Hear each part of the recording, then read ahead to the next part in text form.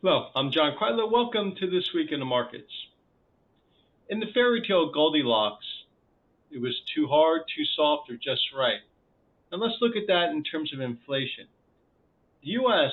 right now, inflation is right where the Fed wants it. It's in a downward direction. Both CPI and PPI reports are showing, though it's elevated, it's coming down.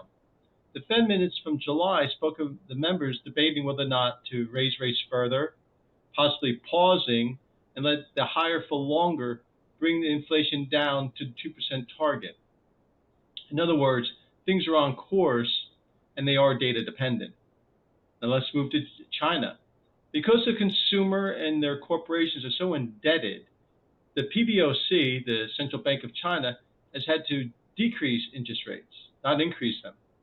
They actually have disinflation. This past month, inflation went negative.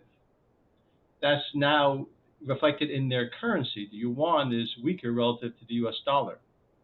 Moving on to Japan. For Japan, they were mirrored in depression since the 1980s when the bubble burst in their stock and bond market as well as the real estate market. They finally have engendered some inflation, allowing the Bank of Japan to raise the limit of which the 10-year Japanese bond can go to from 0.5% to 1%. That too has weakened the yen relative to the US dollar.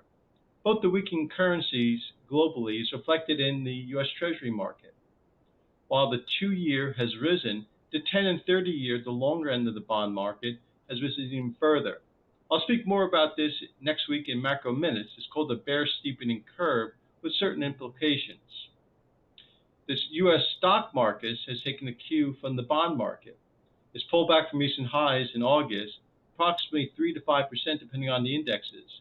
It's fighting along its 50-day moving average as earnings season continues.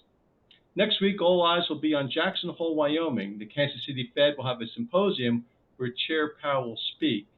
Many times, a Fed chair will use that bully pulpit to talk about policy, either shifts in direction or maintaining the course. Thank you again for watching This Week in the Markets. I'm John Kreitler. Have a great week.